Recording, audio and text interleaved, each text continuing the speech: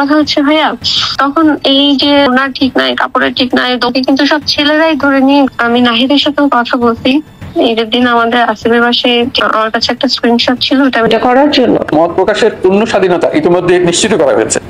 যে ভিডিও গুলো বা যে এগুলো বের হয়েছে, আমি জাস্ট ছাদ থেকে লাভ দিই, আমি খুব ডাউন ফিল করতেছি ভাই।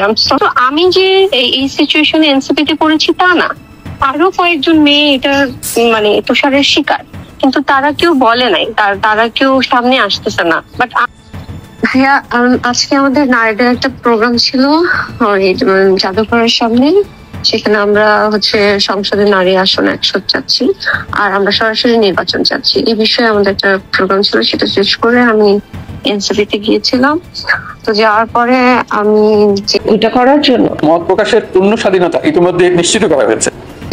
আমাদের মুখপাত্র আপু, ওনার সাথে কথা বললাম, কারণ আজকে সারাদিন অনেক বিষয়বস্তু আমার সাথে ঘটেছে অনলাইনে, আপনি জানেন।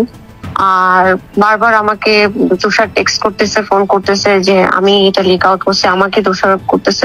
তো আমি একরকমের খুব ফ্রাস্ট্রেশনে চলে গেছিলাম। ওইটা করার জন্য মত প্রকাশের পূর্ণ স্বাধীনতা ইতিমধ্যে নিশ্চিত করা হয়েছে। যে অ্যাজ এ উইম্যান ওনার সাথে আমি কথা বললে হয়তো আমার বিষয়টা উনি বুঝবে যে আমি আসলে এটার সাথে জড়িত না। ইনফ্যাক্ট আমি চেয়েছিলাম যে এরকম যদি সিচুয়েশন হয়, আমি আমার ফোন দুইটা দিয়ে দিয়েও বলবো আপু আপনি দেখেন যে আমি কোথাও এটা লিক করেছি কিনা। তো ওই সুযোগটা আসে নাই। তো আপু আমাকে বললো যে নীলা, আপনি আমাকে অ্যাজ এ ওমেন, যেহেতু আপনি বলছেন, ওমেন হিসাবে আপনাকে জিজ্ঞেস করছি, আপনি তুষারের সাথে আপনার কতদিনের সম্পর্ক?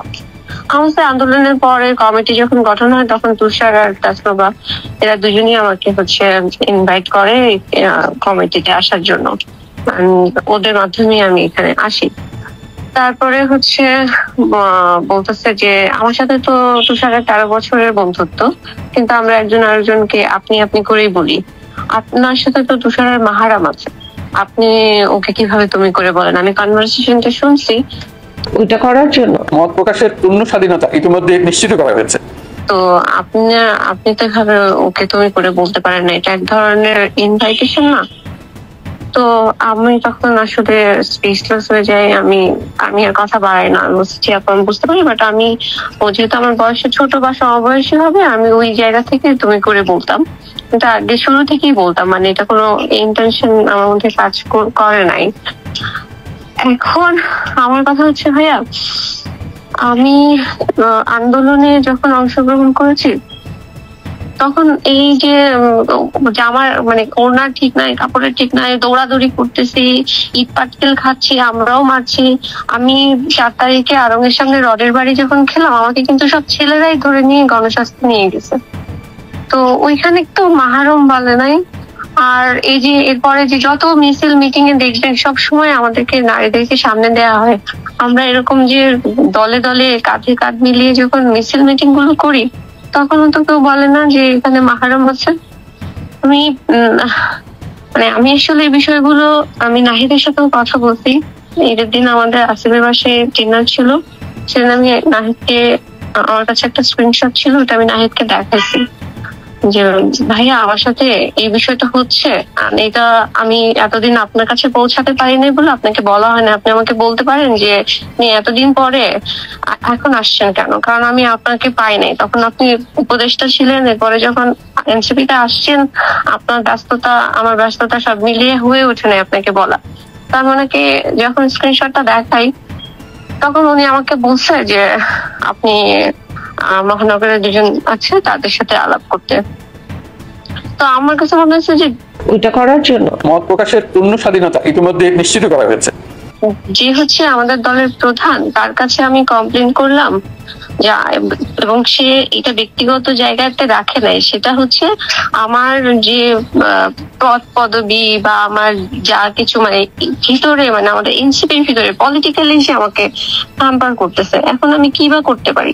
যদি এটা শুধুমাত্র 1 to 1 ওনার আমার সমস্যাটা, ও আমাকে একটা প্রপোজ করছে, আমি এটা পছন্দ করি না, আমি মানা করে দিয়েছি, ঘটনাটা এখানে সমাপ্ত হতে পারতো। কিন্তু সেটা ব্যক্তিগত ভাবে না নিয়ে এটা পলিটিক্যালি নিচ্ছে, সে এটা আমার প্রফেশনাল ইম্প্যাক্ট ফেলতেছে। তখন আমি গিয়ে আমার দলের প্রধানকে জানাইছি, সেটাও হয় নাই। কিন্তু আজকে যে ভিডিও গুলো বা যে এগুলো বের হয়েছে, এরপরে সবাই মিলে আমার বন্ধু বান্ধবরাও আমাকে ক্লেম করতেছে যে তুমি সেফ না, তোমাকে ফোন করা সেফ না। আমাকে সবাই মিলে একটা মানে ব্লেম দিচ্ছে।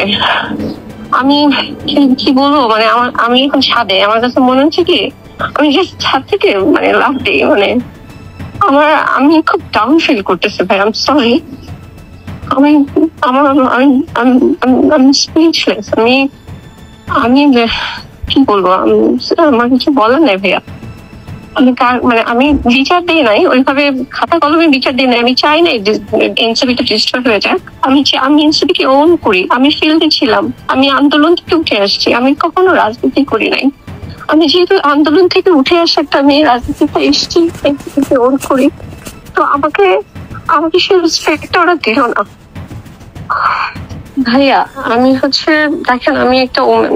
এখন আমাকে যদি ফোনে কেউ কটু কথা বলে, কেউ বিচ্ছিরি প্রপোজ করে, তাহলে আমি কি করতে পারি? আমার অস্ত্র কি? আমার অস্ত্র হচ্ছে যে তুমি আমাকে নোংরা কথাটা বলেছো, আমি তোমাকে ডিনাই করলাম, আর তারপরও তুমি আমাকে পুশ করছো। তখন আমি আমার অস্ত্র হিসেবে আমি তার কথাগুলোকে রেকর্ড করেছি। তার মানে তো তাই না যে আমি সবার কথা রেকর্ড করব। এটা তো আমার না।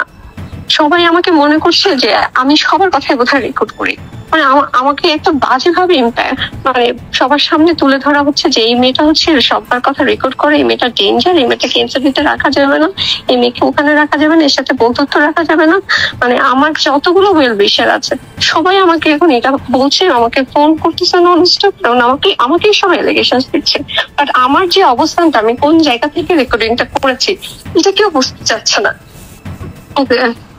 আমি বলি বিধি বিষয়ে যে ঘটনাটা তখন ঘটেছিল, আমি জানি না এটা প্রপার ইনভেস্টিগেশন হয়েছে কিনা। যদি এটা প্রপার ইনভেস্টিগেশন হতো এবং যে এটার মধ্যে দোষী হইতো তার যদি শাস্তি হইতো, তাহলে হয়তো আজকে আমি এই সিচুয়েশনে পড়ি না। আর শুধুমাত্র আমি যে এই সিচুয়েশনে এনসিপিতে পড়েছি তা না, আরো কয়েকজন মেয়ে এটা মানে তুষারের শিকার, কিন্তু তারা কেউ বলে নাই, তারা কেউ সামনে আসতেছে না। বাট আমি জানতে পারতেছি, আমাকে কয়েকজন বলতেছে আপু আপনি একা না, আরো কয়েকজন মেয়ে আছে, কিন্তু তারা কেউ মুখ খুলছে না। সো আমি বলতে চাই যে যখন আজকে যদি আমি এই বিষয়টা ধরেন না বলি, তাহলে এটা আবারও চাপা পড়ে যাবে। আমরা ভবিষ্যতে এরকম নষ্ট এমপি মন্ত্রী দেখতে পাবো। আমরা কি সেটা চাই? আমি অন্তত সেটা চাই না। আমি সেই জায়গা থেকে আমি কথাগুলো আপনাকে বলছি। আমি এতক্ষণ পর্যন্ত কথা বলে নাই, আমি এখন বলছি যে আমি আসলে এই আন্দোলন থেকে উঠে আসা একটা মেয়ে, আমি কখনো রাজনীতি করিনি। আমি জানি যে এখানে কষ্টটা কতটা কষ্ট করে আমরা এই জায়গাটাকে অর্জন করেছি, সেটা যাতে কোনোভাবেই নষ্ট না হয়, সেই কারণে আমার এত কথা বলা। ওইটা করার জন্য মত প্রকাশের পূর্ণ স্বাধীনতা ইতিমধ্যে নিশ্চিত করা হয়েছে।